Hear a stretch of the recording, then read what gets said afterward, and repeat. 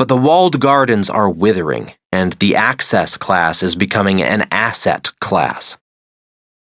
Whereas the technology sector was once accessible only to the comparative few, and it was primarily the techies who drove technological innovation, today, truly anyone, including anyone with a background in liberal arts, can participate in our digital world and combine these tools in new ways to pioneer genuine innovation.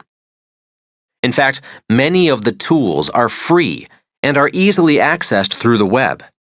Moreover, as innovation in the underlying technology infrastructure continues, which will make even more powerful tools even more accessible, there is ample opportunity for fuzzies to apply the tools to a broad range of problems they perceive.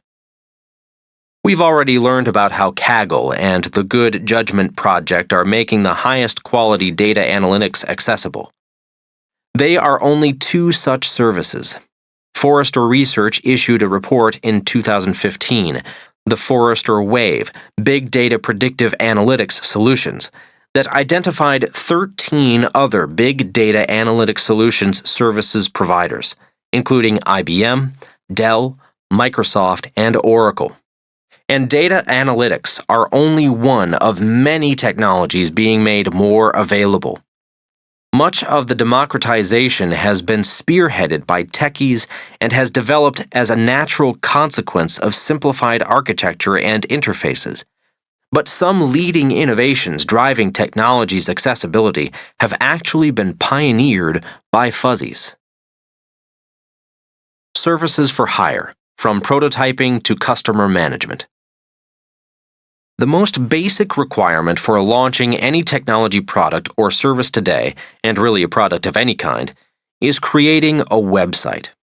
Just a few years ago, doing so required either learning HTML or hiring a web developer, generally for a fairly hefty fee. Today, a bonanza of free and affordable off-the-shelf tools allows a total novice to create a beautifully designed site.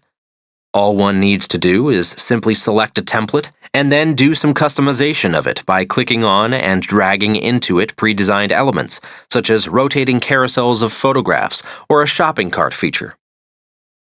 Services also facilitate buying a domain name and the ongoing management of the site, from providing hosting and e-commerce services to streamlining integrations with data analytics of customer traffic services. If a higher level of customization is desired, these platforms allow for programming, and additionally, some even offer expert programmers for hire, though freelance web developers are also widely available. For the design and the creation of products, designers and engineers with expertise in all types of design, mechanical engineers, industrial designers, graphic artists, and interaction designers, among others, can now be hired through a number of platforms such as Behance, Dribbble, and Framer. All of them showcase the designer's work and facilitate lining them up for projects. Behance co-founder Scott Belsky, who sold the company to Adobe in 2012 for a figure reported to be over $150 million, was an expert in neither design nor in the technology to create the Behance platform. He had cultivated a strong interest in design, however, from a number of elective classes he took as an undergraduate at Cornell University, in a major it offers called Design and Environmental Analysis, and he had studied the science of creativity under Professor Teresa Amabile while getting his MBA at Harvard Business School. In 2006, Belsky partnered with Spanish designer Matias Correa, who earned his Bachelor in Fine Arts from Barcelona, Spain's Escola Massana, and together they focused on a perceived irony about the professional needs of designers. As Belsky recounts, he realized that many companies, books, and conferences existed for creativity. It was all about inspiration and ideas. The funny thing is that the last thing creatives need are more creativity and ideas. Instead, he understood that they needed a clear way to promote their work better and to get appropriate credit and better remuneration for it. Organizing portfolios by who did what helps people showcase work and helps others discover it much easier, he explained. Transparency is an essential step toward meritocracy. If I know who did something amazing, then I can hire them to do something amazing for me. And, by the way, if I know how great they are, I'm going to pay them more. That perspective was vital to attracting top-quality talent to the platform and in propelling Behance to becoming host to more than 8 million public design projects. Framer is an early-stage startup based out of Amsterdam that is spearheading another approach, emphasizing the need to bring fuzzy designers and techie web developers together in a community of collaboration. Building on top of another widely used Dutch design startup called Sketch, based out of The Hague, Framer allows users to visualize design and code at the same time. Using what it calls autocode, Framer allows manipulations to the image on the right side of the screen to live update to the underlying code that describes the image on the left. In other words, you can create designs in Sketch, export them to Framer, and automatically get the corresponding code. If you manipulate the code, you see changes in your image. If you manipulate the image, you see how it updates your code. There's a whole world of rapid prototyping tools, like Zeppelin out of Istanbul, Turkey, that auto-generate code based on visual images. These tools make parts of front-end web or app development as easy as copy and paste. The creation of product prototypes has also become easier and less costly. One of the earliest barriers to becoming an entrepreneur is the fact that one might have to pursue it on the side while holding down another job until you can prove a concept or generate traction. Today, tools abound to develop physical product prototypes and web product prototypes with less time and money, making getting off the ground that much easier. Consider again my 70-year-old father who built an iPhone application by first drawing on a napkin what he wanted to build. He then transferred those drawings to a comprehensive screen-by-screen explanation of his app using Apple's presentation software Keynote.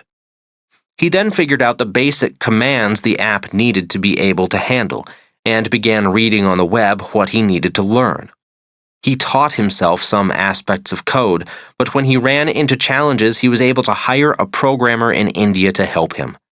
Because he had so specifically designed and wireframed his app, they were able to build it cheaply and quickly.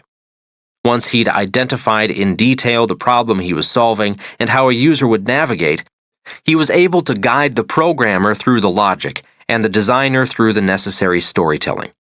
The highest order challenge was having the idea.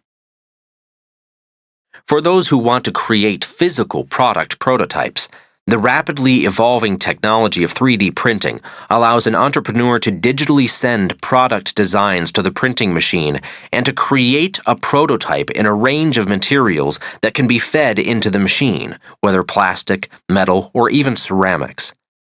The inputting of the design is done with computer-aided design software, which is fairly easy to master, though this work can also be readily contracted for. Shapeways, which originated in the Netherlands, is a company that has built a marketplace of designers for hire and provides a 3D printing factory of the future for product creators. In this factory, industrial-size machines take the physical material that is fed into it and then squeeze it out of a fine nozzle in extremely thin layers, following the pattern that will create the object desired layer upon layer. Objects of all kinds are now being 3D printed, from furniture to musical instruments, to specialty household fixtures, to drone accessories and prefabricated materials for buildings. Such 3D printers turn designs in digital bits into atoms, and the industry is growing at a blistering rate. McKinsey Global Institute forecasts that the 3D printing industry could grow in economic impact to as much as $550 billion by 2025. Much the same way, companies like Lexington, Kentucky-based Make Time make available computer numerical control (CNC) machines that can produce parts and prototypes on demand, using the spare capacity of qualified machine shops across the United States. Having studied psychology at DePaul University and architecture at the Savannah College of Art and Design and the Southern California Institute of Architecture, Make Time founder Drew Parrish understood both digital fabrication and the appeal of the sharing economy to leverage underutilized assets. Whether created by techies or fuzzies, these companies are broadening all of our access to create. Off-the-shelf electronic components also permit innovators to create prototypes for all sorts of electronic products at reasonable prices. One of these providers, Arduino, is an open-source platform offering hardware components, such as circuit boards, and a software library with code for controlling the hardware. Arduino components can be very easily assembled and programmed by people with no training in electrical engineering. For example, Chad Herbert decided to use Arduino to create a low-cost and easily portable device that could monitor his son's sleep. His son has a form of epilepsy, and he would sometimes have seizures while he was sleeping. The existing monitors were expensive, costing roughly $400 to $500, whereas Herbert's device cost a tenth as much. The monitors were also bulky, making them difficult to transport. Herbert simply built a device by tailoring a design and some code that were already available in the Arduino library. And Herbert isn't a techie. He's a soccer coach, concerned father, and editor in Baton Rouge, Louisiana, after having studied journalism at Southeastern Louisiana University. He's emblematic of the accessibility of even hardware creation. Anyone curious and driven enough to learn how to use these tools can find workspaces where equipment, instruction, and guidance are readily available.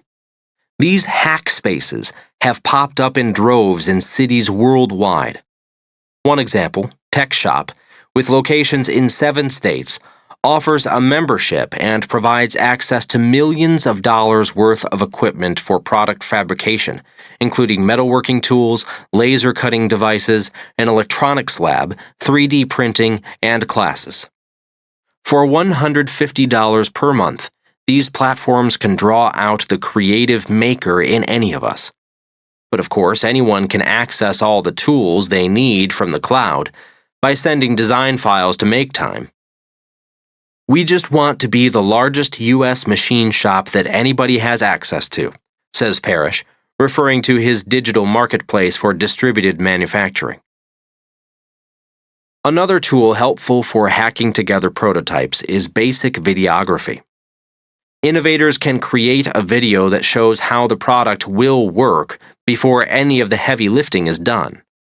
Dropbox founder Drew Houston made such a video to share his vision with potential users and investors before he had done much of the sophisticated coding needed to actually bring Dropbox to life. The video highlighted the basic functionality of the file sharing service, and it generated hundreds of thousands of visitors to his site and expanded the number of people interested in his pre-released product from 5,000 to 75,000 overnight. Similarly, Spire, which was then called NanoSatisfy, raised initial development capital by posting a video to the crowdfunding site Kickstarter. There, 676 different individuals contributed $106,330, which helped the startup get off the ground, literally, pulling together the components to build and launch its first satellite. While nobody's trying to be the next Martin Scorsese, freelance videographers are widely available, and coupled with crowdfunding platforms, this simple storytelling can help anyone raise money to launch an idea. Once a prototype exists, services are available for testing consumer reactions, such as TestFlight, which is owned by Apple, and allows the makers of mobile apps for Apple's iOS system to get feedback from beta testers. The Google Play native app beta tester is another such program. These and other services facilitate the adoption of the lean startup approach to product development, made famous in 2011 by serial entrepreneur Eric Ries in his best-selling book, The Lean Startup. Feedback on a minimum viable product, MVP, tested by early adopter customers can help iteratively perfect a product, allowing a creator to build, then measure, then learn. A number of other services make surveying users and testing consumer responses to early product versions a breeze. Consider Optimizely, which allows innovators to perform what's known as A/B testing, comparing customer responses to two versions of a design, such as a website's shopping cart, or multivariate testing, which allows for testing of many versions at once. Optimizely allows anyone to visually edit their web, iOS, or Android interfaces without writing a line of code, changing variables on the fly, and to then conduct A/B or multivariate testing of the changes. 80% of apps are deleted after their first use, so Optimizely facilitates rapid testing and analysis so that anyone can develop an effective product. To build the infrastructure to support a company's operations, a plethora of additional technology services are available. Cloud computing companies like Amazon Web Services facilitate the storage, management, and retrieval of vast quantities of data at greatly reduced costs from just several years ago. According to Kleiner Perkins, one of Amazon's and Google's earliest investors, and one of Silicon Valley's most successful venture capital firms, the cost of storing each gigabyte of data has decreased by a factor of 4 since 2010, from roughly 20 cents to about a nickel today. To put that in perspective, as of July 2015, YouTube reported that users were uploading 400 hours of video every minute, or roughly 210 million hours of video each year. At the conservative estimate that each minute of video is about 40 megabytes in file size, that's 500 million gigabytes of data that YouTube receives each year. In other words, cutting the cost of storing that data by a factor of 4 could save Google as much as $75 million per year.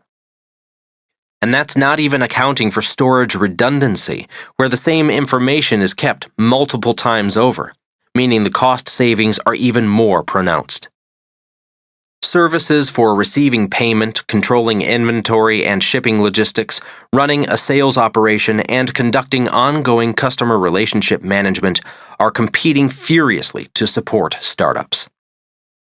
Powerful marketing and advertising tools, most notably Google's AdWords program and Facebook advertising, are helping innovators target potential customers with much greater precision than ever before, while other new social media tools such as Pinterest and Instagram provide entrepreneurs with valuable insight into consumer trends. These services enhance marketing capabilities, but even more profound than these tools that have long been designed for fuzzies and business managers is the fact that even coding is becoming more accessible. Learning to code democratized. For those who would like to learn to create web-based products and services from the ground up, that is, by mastering the coding required, a new breed of educational platforms allows novices to get up to speed on any of the coding languages quickly. This is possible because the languages have become much easier to learn in recent years. Whereas once being a programmer meant writing binary code made up of ones and zeros to control electronic currents and voltage to manipulate physical components, higher-order coding languages like BASIC, C, and then C++ transformed coding into a process of using language, and increasingly accessible languages have been created, such as JavaScript, Ruby, and Python. Much like Russian and English have different symbols or syntax, but share underlying meaning, and Google Translate and other online tools can help one translate text from one syntax to the other, computer programming is moving toward greater universality. What matters more than whether you can speak Russian or English is the content and the meaning behind your words. Similarly, what matters more than if you can code in Java or Ruby is logic, and what questions you are asking and trying to address. Whereas programmers once had to write code from scratch, today GitHub, an open source community of developers and collection of accessible repositories, offers a treasure trove of tried and tested libraries and blocks of code to fork, meaning to copy and build upon. And whereas a great deal of time was once spent checking for errors, modern editing programs such as Sublime Text offer color-coded feedback and editorial guidance that is the equivalent of spell check for coding. Similarly, frameworks such as Ruby on Rails offer even greater abstraction by employing what's known as convention over configuration philosophy. These frameworks standardize conventions for performing common tasks, such as integrating with a database.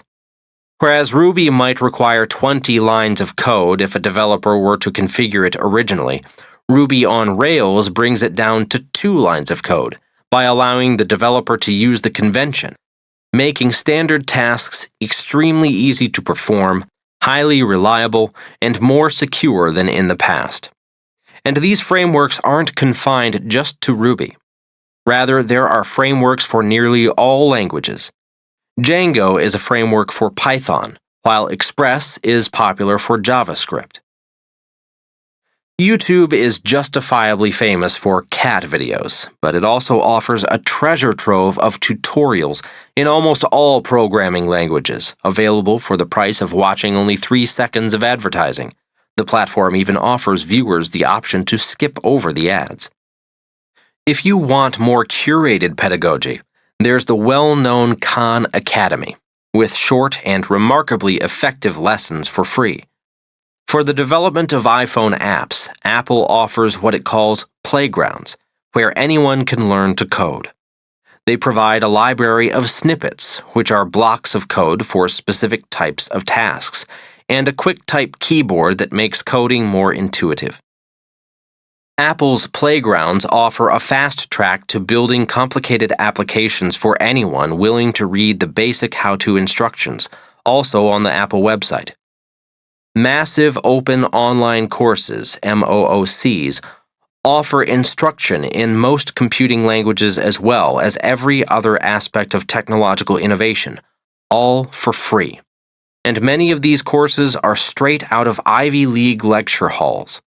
In fact, Richard Levin, the CEO of Coursera, one of the most successful MOOC companies, served as the president of Yale for 20 years. Other private educational companies, such as the previously mentioned Code Academy, founded by Columbia University political science major Zach Sims, are teaching the world how to code by breaking down coding into bite-sized lessons for easy online consumption. Code Academy allows people to learn interactively through the company's website, named by Time as one of the world's 50 best. Over 25 million learners around the world have used Code Academy. Treehouse, based in Portland, Oregon, offers thousands of hours of in-depth videos on how to code for $25 per month. Over 180,000 students in 190 countries have learned technical skills in 30 minutes per day. Many businesses rely on these services to upskill and cross-train their workforces in the use of the ever-changing tech tools. Companies like Twitter, Airbnb, and AOL use Treehouse. General Assembly, GA, co-founded by Yale sociology graduate Matthew Breimer, also offers both online and hands-on instruction. One of its most popular workshops, called Dash, is free and offers hours of tutorials in HTML, CSS, and basic JavaScript. More than 250,000 people, myself included, have taken the class, which was created by Nathan Bashaw. One might assume he's a techie, but in fact, he studied political theory, constitutional democracy, and philosophy at Michigan State University, and he attributes his success in developing the class to his liberal arts background, explaining, "My broad liberal education prepares me to think critically and creatively, to make connections that others don't see, and to articulate arguments effectively." GA also offers face-to-face teaching, drawing on such fuzzy insights into the most effective methods for teaching techie skills, primarily by getting students involved immediately in creating programs and building products. When I sat down with Breimer at GA's New York office in 2016, he said that the philosophy behind founding GA was that with such rapid evolution of technology today, your education should always be in beta, the engineering term for a work-in-progress product. Indeed, many of the students who attend the company's classes are programmers who are adding new languages to their repertoire. The coding languages of tomorrow don't even exist yet. Education shouldn't be something you receive or a box you check. It should be something that grows along with you throughout your life, Breimer sagely commented. With 15 GA campuses in cities around the world, $100 million in venture capital funding, and 700 employees as of 2016, General Assembly is a new urban community college open to anyone who wants to learn or improve their technology skills. In other ways, it's an intellectual gymnasium, a place where you can, in essence, hit the weights and stay in top performance shape. Moreover, through GA's Opportunity Fund, lower-income students can attend its 3-month immersive courses for free. Students like Jerome Hardaway, a Tennessee-based Air Force veteran who served in Iraq and Afghanistan, took advantage of the Opportunity Fund, placing first in his web development class. A criminal justice and political science graduate from Florida State University, today he runs an organization he founded called Vets Who Code, helping others like him consider technology. Another non-techie entrepreneur who availed himself of GA's offerings in order to learn how to execute his vision is former emergency medical technician, EMT, and volunteer firefighter in Allegheny County, Pennsylvania, and police officer in Los Angeles County, Rahul Sidhu. His company, Spider Tech, is a leader in the field of data-driven policing, which has the potential to make important headway in addressing some of the biases in police work, such as the disproportionate arrests of minorities discussed earlier. Our always-on cell phones have been empowering citizen journalists to expose abuses and have sparked awareness of prejudice on both sides of policing. But subsequent advances in improving policing have lagged. Sidhu is seeking to change that by building a new CRM, or Community Relationship Management, tool. Sidhu was struck by the gap between the collection of vast amounts of data in policing and the effective use of it. When you pull over a vehicle as a cop, you get on the radio, and you read the plates, he explained. You relay your location, and the dispatcher on the phone goes into the dispatch software and creates an event. They specify the officer's name, where the traffic stop is happening, and the software creates a timestamp. Then the officer asks to run the check on the driver. This pings the DMV database, and that's where we get the name, address, ethnicity. In this way, policing has learned to make highly effective use of data, but there is a great deal of progress to be made in gleaning insights from analyzing the storehouses of information about the locations, dates, times, and many other aspects of crimes. Sidhu realized that collecting police data into a larger pool and conducting in-depth analysis of it could help optimize resources as well as expose biases. For example, the data might show that a particular officer pulls over more drivers of a particular type, or at a particular time or place. This might prompt inquiries into how to be more consistent, or how such biases could be mitigated. Sidhu began thinking about how he could stitch together the various kinds of data that police forces collect, such as that from GPS devices in patrol cars, dispatch data, and the DMV record, to facilitate better analysis of it. "I loved law enforcement and being a cop," he said, "but so many things I saw on a daily basis were so far behind other industries. Data was behind." Sidhu had marshaled technical resources to build a product before. At the University of Pittsburgh, he'd cultivated a passion for emergency medicine.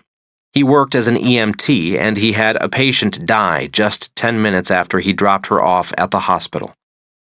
That inspired him to develop a tool that enabled paramedics to perform EKGs in the field and send the results to hospitals before arrival, allowing paramedics to streamline delivery of critical patients.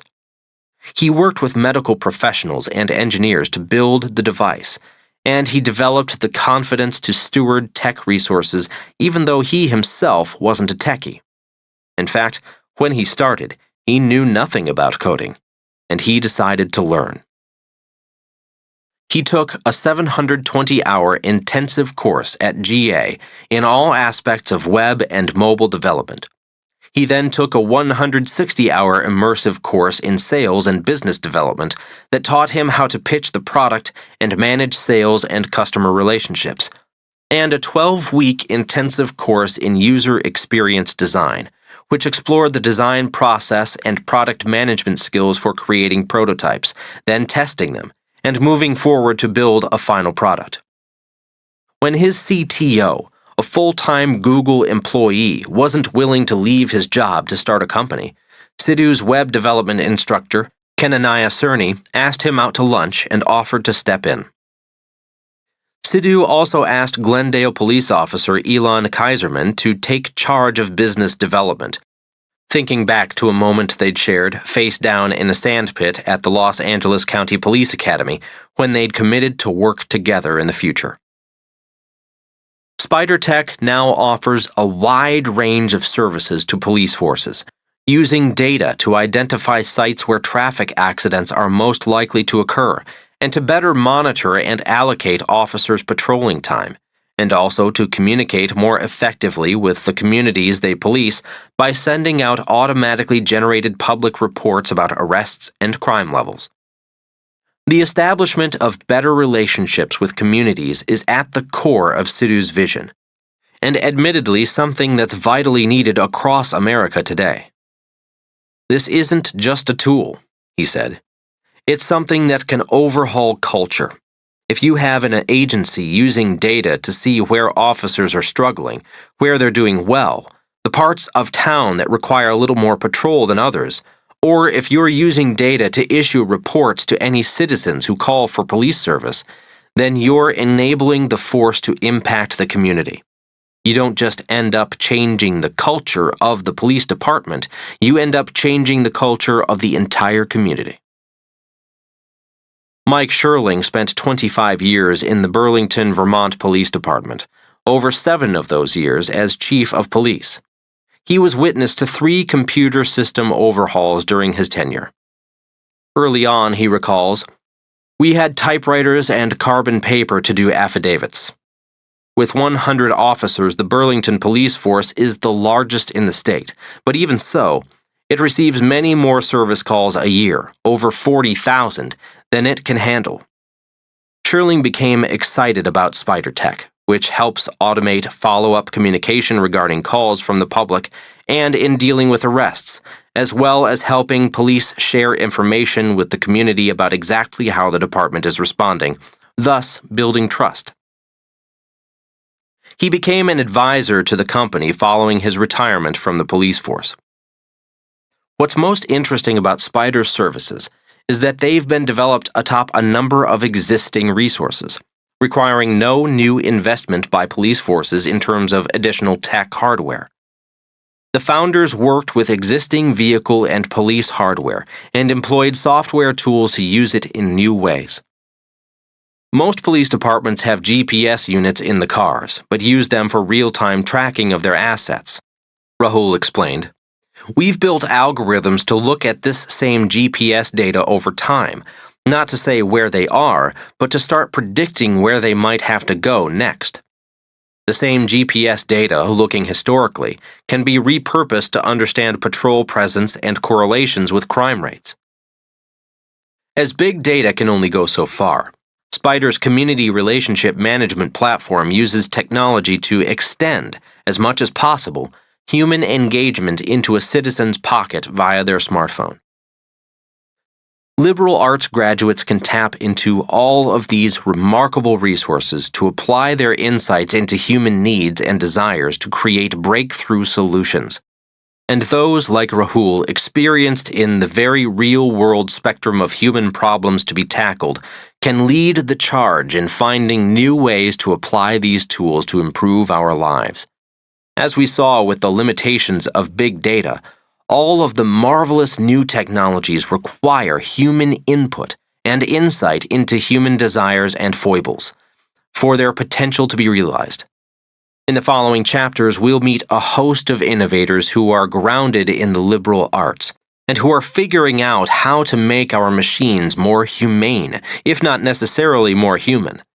They're devising ways to improve our health and happiness, our education systems, and our economy, and to increase the transparency and efficiency of our governments.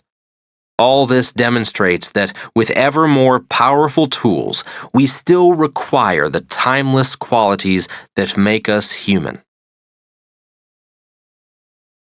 4. Algorithms that serve, rather than rule us. One innovative fuzzy who is making groundbreaking use of the new generation of technology is Katrina Lake. She has collaborated with Eric Colson, one of the most talented programmers of what's known as recommendation algorithms, the data mining mathematics that serve up suggested items to shoppers on Amazon, and the songs you might like to hear on music service Pandora. Katrina's company, Stitch Fix, was described by Forbes as being in the game of fashionista Moneyball. Like many of her fellow economics undergraduates at Stanford, Katrina found her way into a job in business consulting after graduation, specializing in strategy for retail companies at the Parthenon Group, working with companies like Kohl's and eBay. She also realized that some retailers, such as Macy's, hadn't much changed the way they were doing business in decades. An ironic result of her immersion into the retail sector was that she didn't have much time to shop for herself. In fact, she was so time-crunched that she ended up outsourcing all of her wardrobe shopping to her trustworthy, stylish sister. When Katrina finally got some free time, she decided to head away for a weekend outdoors on a camping trip in the remote Northern California wilderness. Shopping for a tent online was a daunting experience. She found herself overwhelmed by the number of options. She had no idea what she wanted, and she didn't have time to do research before making her purchase.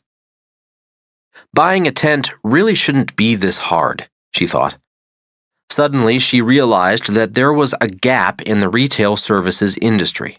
There was a need for efficient, specialist assistance in making purchases. Her economics training had taught her that breakthrough innovations generally result from spotting such gaps and then devising a powerful and cost-effective approach to address them. She figured that if she was having so much trouble figuring out what tent to buy, lots of other people must be having the same problem with all sorts of other items. She was confident she had the kernel of a good idea, but she wanted to get her MBA at Harvard to conduct further research into how she might develop a business model based on the idea. To complement her academic work, she also took a marketing job at fashion retail startup Polyvore, where she learned the skill of leadership from CEO Sukhinder Singh Cassidy, formerly Google's president of Asia Pacific and Latin America operations. She also learned about the human touches that create superior shopping experiences, even for online retailers. Companies can create loyal followings even in the face of intense competition from behemoths like Amazon and Walmart when they apply a high-quality aesthetic design sense to selecting appealing and trendy items and to featuring them in the most enticing ways. Polyvore was smart about capitalizing on this opportunity, but the company was also tapping one of the most powerful human-centric innovations that have arisen from the creation of the Internet: social networking. Polyvore was one of a new breed of what are called social commerce sites, which provide various ways for shoppers to participate in enhancing the shopping experience of fellow shoppers, from offering advice about items they might like to creating displays of outfits they've put together, much in the way a personal shopper might suggest outfits to clients. Pinterest is the highest profile example of this kind of social commerce, but a host of other e-commerce sites are tapping this potential as well. Those two jobs provided Katrina with a solid understanding of traditional retail along with innovative online business models. Learning about how some of the most successful online retailers were using recommendation algorithms, she decided that she was going to create the Netflix of shopping, but with a twist. Her company would be a Netflix that incorporated stylists with the human touch in order to enhance the quality of selections offered to shoppers. Her company would also add the personal communications touch she had seen driving the success of social commerce. In short, she wanted to create a fashion commerce brand that would save shoppers time by taking responsibility for choosing items for them, not displaying an endless panoply of items and leaving it to the shoppers to struggle with choices, as she had when picking a tent. Stitch Fix aimed to become an online personal shopper and would cultivate relationships with customers who would be clients that Stitch Fix learned about, getting to know their tastes and styles over time. The site would not overwhelm visitors with pages of items or provide conflicting customer reviews. It would have no shopping cart and no buy button. Instead, Katrina envisioned Stitch Fix using a powerful recommendation algorithm to weed through the masses of clothing items from a wide range of brands in a full range of styles and create an initial selection of items to match a client's personal tastes. Those suggestions would then be sent to a staff of personal stylists to evaluate them and make a final pick of items to be sent to clients. Clients would receive a box at home containing 5 items, a fashion fix, as the company dubbed each delivery.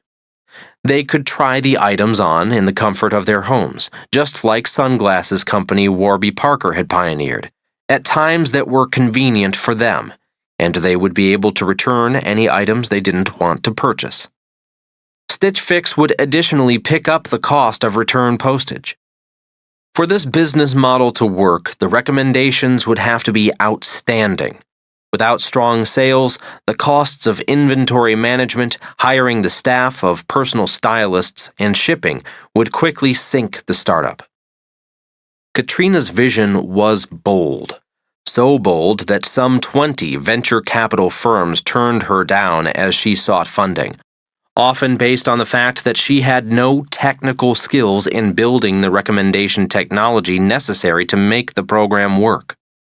But the vision was also tantalizing, and the potential of the model seemed so strong that ultimately she was able to convince 3 vital players she needed to pursue her idea. Steve Anderson of Baseline Ventures, who was notably the first investor in Instagram, was equally excited about Stitch Fix. He invested $750,000 in 2011. With the capital she needed to make some key business and technical hires, she then approached Michael Smith, the Chief Operating Officer (COO) of Walmart.com, to build the traditional retail infrastructure for the company. Katrina certainly wasn't thinking small. Smith had overseen all operations in the COO role at Walmart.com over nearly a decade at the company, from supply chain management to customer service. She could have found few more qualified business logistics professionals to work with her. As it turned out, Smith was interested in joining a startup and came on board. Finally, Katrina reached out to the man behind the Netflix recommendation algorithm, the VP of Data Science and Engineering for the company, Eric Colson. Why not? She was building the Netflix of shopping. At Netflix, Colson had built an 80-person team to create what was widely viewed as the gold standard in recommendation algorithms. At Stitch Fix, he has now built a comparable team, but in line with her vision of an algorithm-enabled personal shopping service. The data team supports the work of more than 2,500 human stylists. Colson was the perfect partner in blending the fuzzy and techie, and he also appreciated how important human input would be to giving Stitch Fix the competitive edge to make it successful. Colson was an economics major as an undergraduate, like Katrina, and his studies had exposed him to the fields of information systems and management service, which fascinated him. He went on to get 2 master's degrees, one in information systems at Golden Gate University in San Francisco, California, and then another in statistical learning at Stanford, which deals with those mathematics that are at the core of recommendation engines. While pursuing his degrees, Colson conducted research on developing ways to blend the distinctive talents of humans with those of the new generation of artificial intelligence machines. Working with Katrina to scale Stitch Fix gave him the opportunity to prove his contention that, as he and his co-authors wrote in one of his research papers, hybrid machine-human recommendation systems can combine the best of both large-scale machine learning and expert human judgment. For a data scientist who loved building recommendation engines, the Stitch Fix model was an enticing challenge. While recommendations are generally expected to account for only a portion of sales at most online retailers who make use of recommendation algorithms, accounting, for example, for about 35% of sales at Amazon, 100% of sales at Stitch Fix would be earned through recommendations. Colson wanted in, and he assumed the role of Chief Algorithms Officer, perhaps the newest addition to the C-suite titles. In order to optimize recommendations, the Stitch Fix system starts by asking shoppers to sign up as clients and then to answer a series of more than 60 questions about their tastes in clothing and accessories, as well as about their physical attributes, such as height, weight, clothing sizes, and age. Stitch Fix uses application programming interfaces, APIs, in particular an API from Pinterest, to enhance the company's understanding of clients' tastes by allowing them to select Pinterest pages that display types of items and outfits that they like, or that generally reflect their personal aesthetic. This option has proved so popular that 46% of Stitch Fix users have availed themselves of it, creating visual pin boards from which Stitch Fix can understand preferences. All of this data is fed into the computer system. The algorithm then crunches through both the client data and vast amounts of data that the company has input about all of the items in the Stitch Fix inventory, looking for appropriate matches to the client's preferences. Each item in the inventory has been elaborately tagged with between 50 and 150 unique descriptors, from the basic type of material to the color and fit, such as slim leg versus bootleg for blue jeans, and more refined characteristics of style, such as whether it is bohemian or classic. The algorithm then creates a list of items for possible inclusion in the initial set of 5 to be shipped to the client, ranked by the probability it has calculated that the person will love an item. Colson calls this part of the system the M algorithm, referring to his machine learning systems. Then comes the part he calls the H algorithm, the decision-making by the human stylists. Each list is sent to a stylist, along with the probabilities the machine has calculated that the client will like the items, with all of the information the shopper provided about her tastes.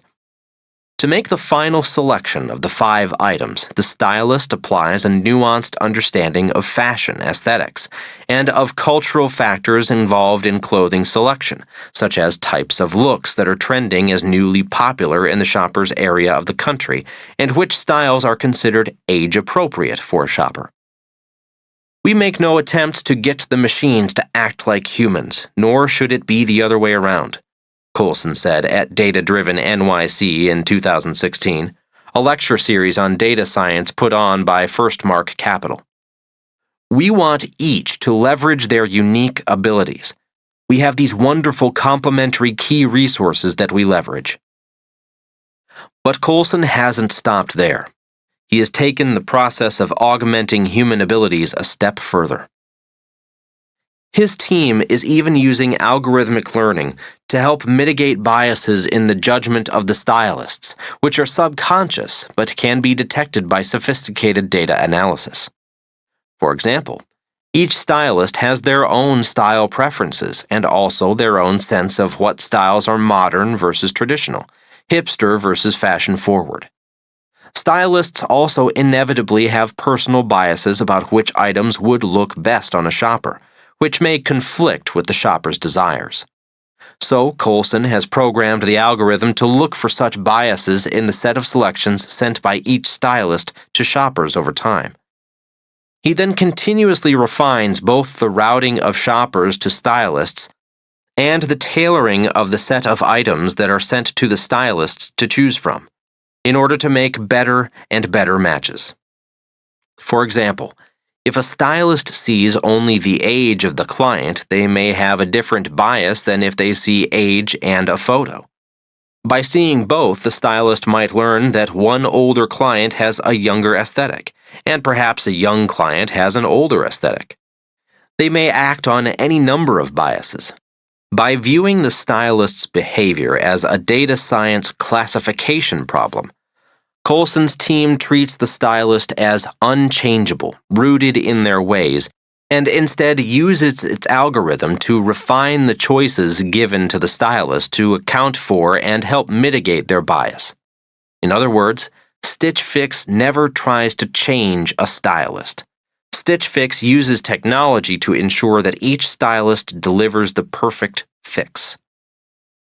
By combining and melding human and machine strengths in this way, Stitch Fix has become the primary method by which 39% of its clients now shop.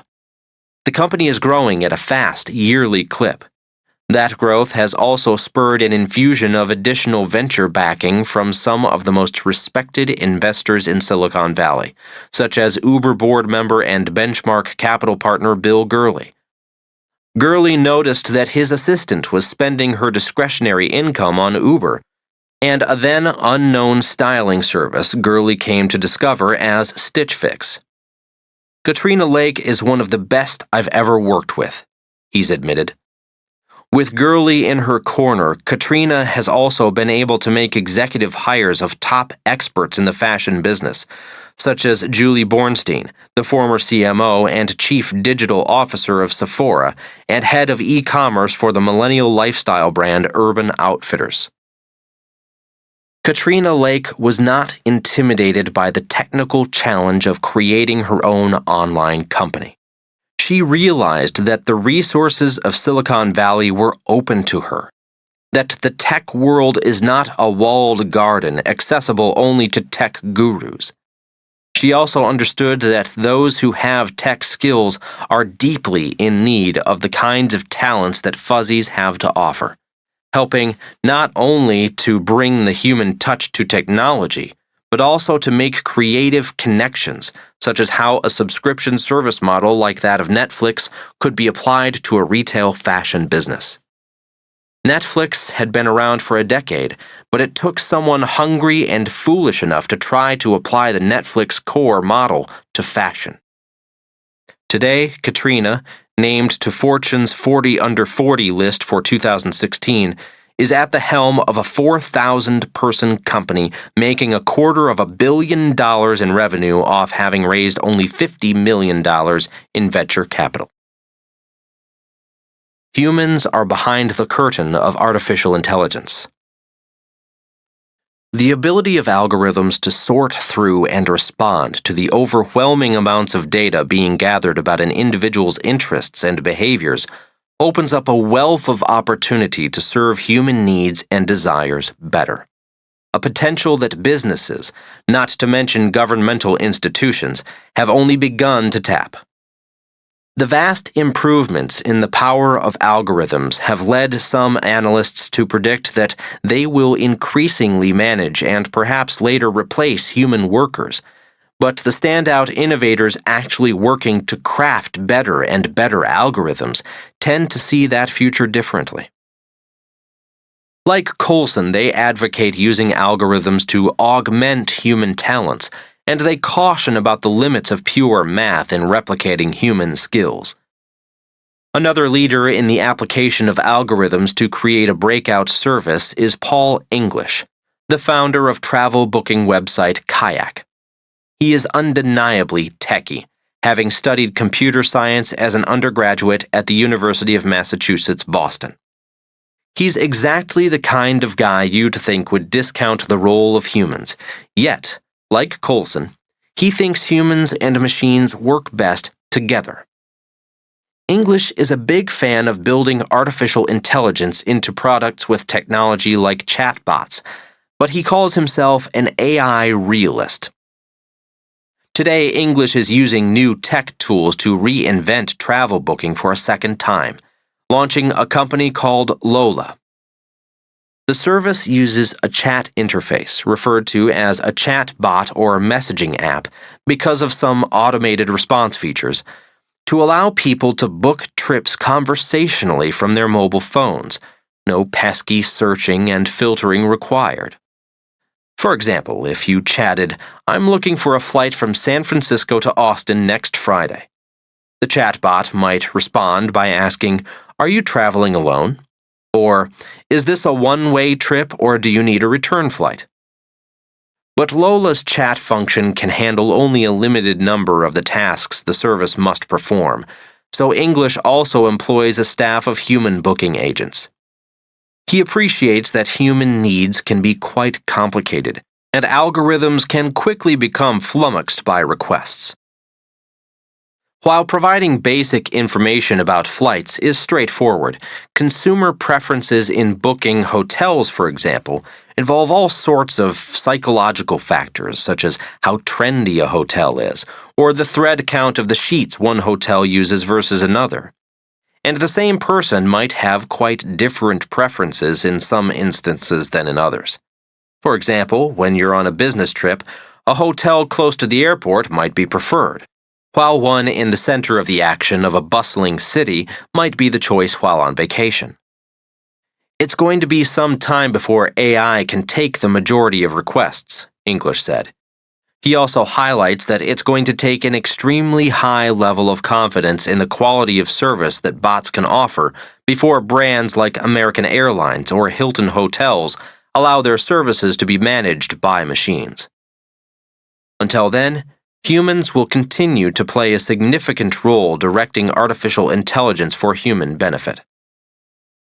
At Lola, my new company, people have pointed out the irony that at Kayak we maybe put some travel agents out of business because we made self-service really, really simple. Now, for Lola, I'm going to spend my next 10 years working on how to make travel agents really cool and powerful and trying to revolutionize the offline business. With 46% of travel bookings in the United States still happening in person or over the phone, English asks, what is the role of humans in travel planning? Are there ways in which humans can be better than computers? Can humans be better than AI? And how do humans and AI work together? Should we, as entrepreneurs, be building human-led AI, or should we be building AI backed by humans? His 5-person AI team works intimately with his 20-person travel agent team. Both sides are vital. The fact is that the most sophisticated thinking machine programs being developed today are being used to complement human intelligence rather than supplant it. Behind the scenes are people scurrying about to keep up appearances, supplementing the machines in case there's a glitch in the system. X.AI, a New York-based startup, created a digital assistant named Amy, who aims to magically schedule meetings. In theory, the user needs only carbon copy Amy on an email with a scheduling request, and it can calendar a meeting between those parties on the email thread, eliminating much back and forth. X.AI promotes Amy as powered by artificial intelligence, but in many cases, the scheduling requests are beyond the comprehension of Amy, and the program gets confused. Currently, the company is attempting to build a fully artificially intelligent digital assistant. But the process to get there is deeply reliant on humans behind the scenes, stitching together gaps in the capabilities of the technology. One such behind-the-curtain human was Willie Calvin, a 24-year-old public policy major from the University of Chicago, whose job it became to keep up the pretense that Amy, the digital assistant, could handle any situation with ease. While Amy has received kudos for coming across as exceptionally human, having what's been described in the press as eloquent manners, a big part of the reason Amy seems so human is because sometimes it's not Amy at all. Sometimes it's a person, like Calvin. The truth is, it's hard to magically schedule meetings. At Facebook, a company with nearly limitless resources and engineering talent, the messaging team is developing a digital assistant called M, which is embedded in Facebook Messenger. The program uses natural language processing to decipher the meaning of user requests and then execute on them. But M does not operate without a human touch. It relies on a band of Facebook employees called M trainers, many of whom have backgrounds in customer service, who perform the tasks the program can't handle. If the task is booking a car service to take the user to an event, the M program could use the Uber API to take care of that itself. But if the request requires a personal touch, like delivering cupcakes to a birthday party, the AI will hand that task off to an M trainer, who might call an on-demand concierge service like TaskRabbit or Postmates, and hire someone to pick up and deliver those cupcakes. Devising new applications for combing the talents of humans and algorithms is rich terrain for those with the inclination to investigate human behavior and the problems we need solved, and to devise better solutions for improving our lives. Of course, some of these problems, like delivering cupcakes, probably don't need solving at all. Journalist Nick Bilton, author of the 2013 book Hatching Twitter, reported in Vanity Fair that SF tech culture is focused on solving one problem. What is my mother no longer doing for me? This is what journalist Kara Swisher has called assisted living for millennials.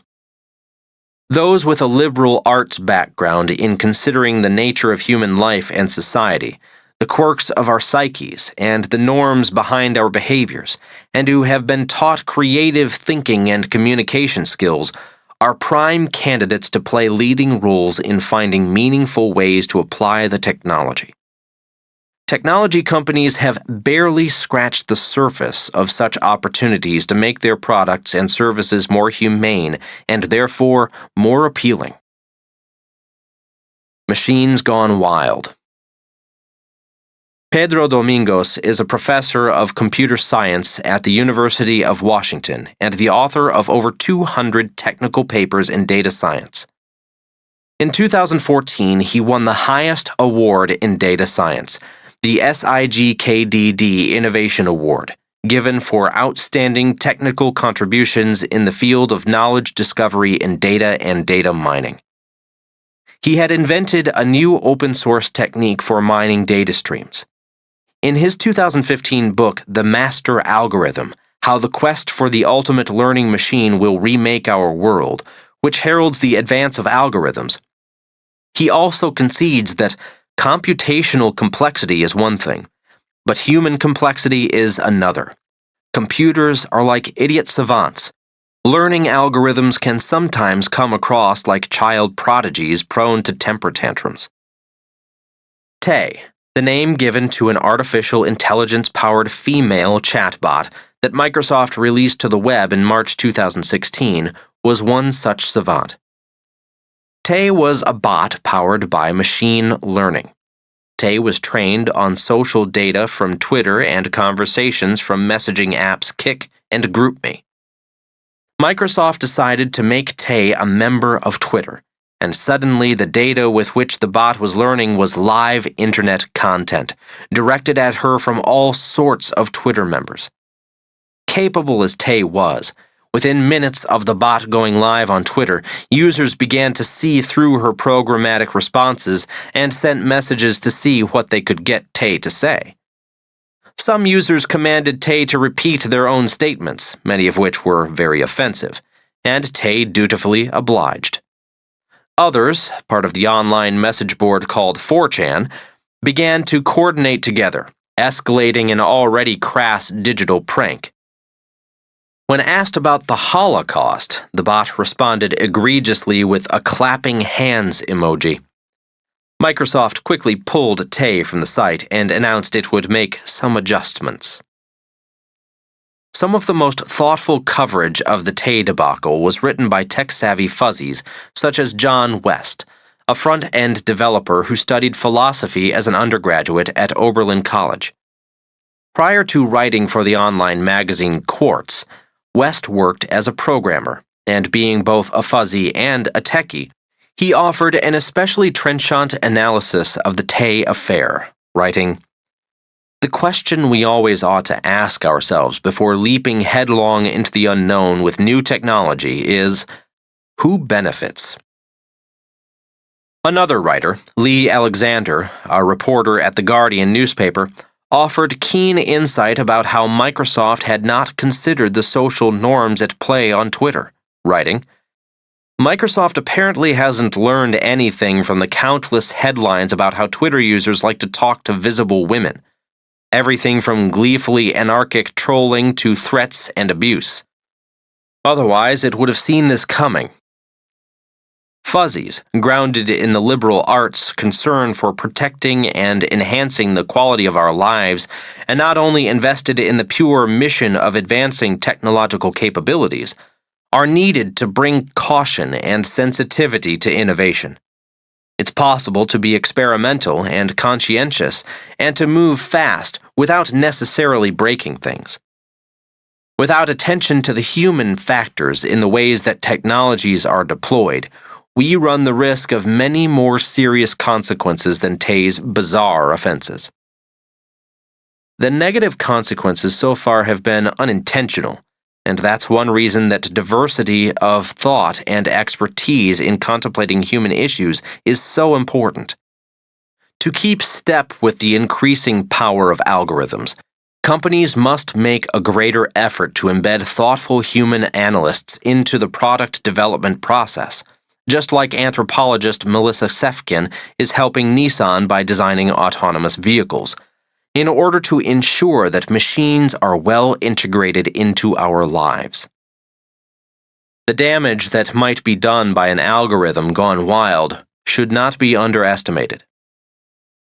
Author Michael Lewis managed to make the esoteric subject of high-frequency stock trading fascinating in his 2014 nonfiction work, Flash Boys, when he vividly chronicled from the inside how algorithmic programs written to game the market played out and went horribly wrong. The result was the so-called flash crash of May 6, 2010. A $1 trillion stock market dive that happened in just 36 minutes. Highly technical traders pushed thousands of very small electronic contracts or indications of interest in buying or selling a security into the market, then preemptively canceled them if there was demand to execute them. These tiny contracts were used to spoof the market, influencing the trading of stocks in a given direction so the flash traders could make money by having taken a profitable position in those stocks in advance. Those involved were indicted on charges of fraud and market manipulation, and regulations were changed to outlaw these duplicitous technical tricks hidden within the bowels of machines. But with new regulations come regulatory arbitrage and a host of new tricks to get around limitations. So while that particular misuse of algorithms has now been accounted for, the potential abuses are unlimited, and the results are often not betrayed by a dramatic revelation like the flash crash. A more admirable use of algorithms in the financial markets has been developed by one of Lewis's protagonists, Brad Katsuyama, who was the whistleblower on these stock scalpers. He is now using algorithms to create greater equality in the marketplace. In June 2016, the Securities and Exchange Commission, SEC, approved his trading platform, IEX, as an official stock exchange and an alternative to the New York Stock Exchange, NYSE, and NASDAQ. Indeed, we must channel our tech, as it is also the only tool capable of mitigating its own misuse. Much like credit card companies manage their own fraud, using a host of data-driven and machine learning techniques to patrol their own environments, perhaps there is a role for the distribution of regulatory authority that asks our greatest techies to partner with fuzzies to help manage the dangers these same tools can provide, if not wholly considered. These days, algorithms govern a great deal about what content is shown to us online, whether it's what we see in our Netflix movie queue or Facebook newsfeed or our Google searches. Serious questions must be asked about how the selection process is influencing our lives. In 2016, the Wall Street Journal used Facebook's Graph API to extract articles from the site that were widely shared by people who self-identified as very liberal or very conservative, and then to construct two representative news feeds, a blue feed and a red feed. This exercise revealed how significantly algorithmic selection was skewing the content to which readers were exposed, and how algorithms create echo chambers that merely reinforce people's views rather than opening their minds to a wider range of perspectives. While it's true that publications like the New York Times have long selected their own front-page headlines, thus framing the issues, what's different today is that these functions are hidden behind the veil of technology believed to be data-driven, and therefore objective. In the wake of the Donald Trump presidential election, many pundits pointed to how the polls got it wrong. The polling data was powerless to predict a groundswell of political frustration in America. Aaron Timms, an Australian lawyer and journalist who is the director of content at Predata, a New York-based predictive analytics startup, instead argued that humans failed, not big data. We need both better data and sharper reporting, the marriage of techies and fuzzies to which good technology always trends. Data will confirm or deny according to will, lest we interrogate it fully. We must ask questions of those algorithms objectively serving us content. After all, what is editorial? To that end, Facebook does make robust attempts to counter the echo chamber effect, and it will be greatly assisted in that effort, as it has been all along in finding new ways to serve users' needs, by a vast complement of fuzzies that the company has hired to work alongside its techies. Naomi Gleit, who transferred from Harvard to study science, technology, and society at Stanford a year before Mark Zuckerberg moved to California, was so deeply engaged in the mission of understanding how technology affects the nature of our lives that she wrote her senior thesis about Facebook in 2005. She was so determined to become a part of shaping the powerful new social tool that Zuckerberg and his team were building that she dropped by their Palo Alto office continually for months until they finally offered her a job as an assistant. Today she's a vice president of product, and after Zuck, as he's known, Naomi is the most tenured employee. Another early employee who brought human sensitivity to the development of the Facebook platform right from the start was Soleo Cuervo, who majored in music at Duke University in North Carolina and who plays both the violin and the saxophone. Soleo helped design many features, such as the now ubiquitous like button, and credits music with enabling him to succeed in the tech world. Music helped me operate within an existing system and expand on that system, he explained. His ability to seamlessly maneuver from jazz to classical or from sax to violin turned out to apply equally well to the improvisational process of building a startup. Despite early braggadocio that everyone at Facebook pushed code, the company has benefited greatly from hiring liberal arts majors like Gleit and Cuervo, equal contributors to the core Facebook product and instrumental to the tremendous success of the company. There is much good to be done. Of course, cautionary tales should in no way be taken as suggesting that algorithms are inevitably fraught with danger, or that we should not be finding lots of new ways to apply them. Frankly, there is really no turning back, and algorithms do countless hidden and wonderful things. Algorithms are already ubiquitous, and they're enhancing nearly every aspect of our lives, from how we search the web, to how autocorrect alters our text, to how we navigate with GPS and use our phones to take and send pictures. If you apply filters in Instagram or change the audio settings on your stereo, algorithms are at work everywhere. The point is not that they are dangerous, it's that they must be developed with a sensitivity and depth of understanding about how they can best serve our needs. And that's where fuzzies are playing a major role. One such liberal arts grad, 32-year-old Shivani Siroya, has applied her academic background in international relations from Wesleyan University and in health economics from Columbia's School of Public Health, as well as her background at the United Nations Population Fund and Citigroup, to help the underprivileged in developing countries gain access to desperately needed financial capital. While she is based in Santa Monica, California, much of her work is in Kenya. Microfinance banks grant loans to poor business owners, usually in developing countries, who don't have a credit history, which means that lenders generally don't have a good way to judge whether or not to lend to a particular entrepreneur. These loans are often quite small.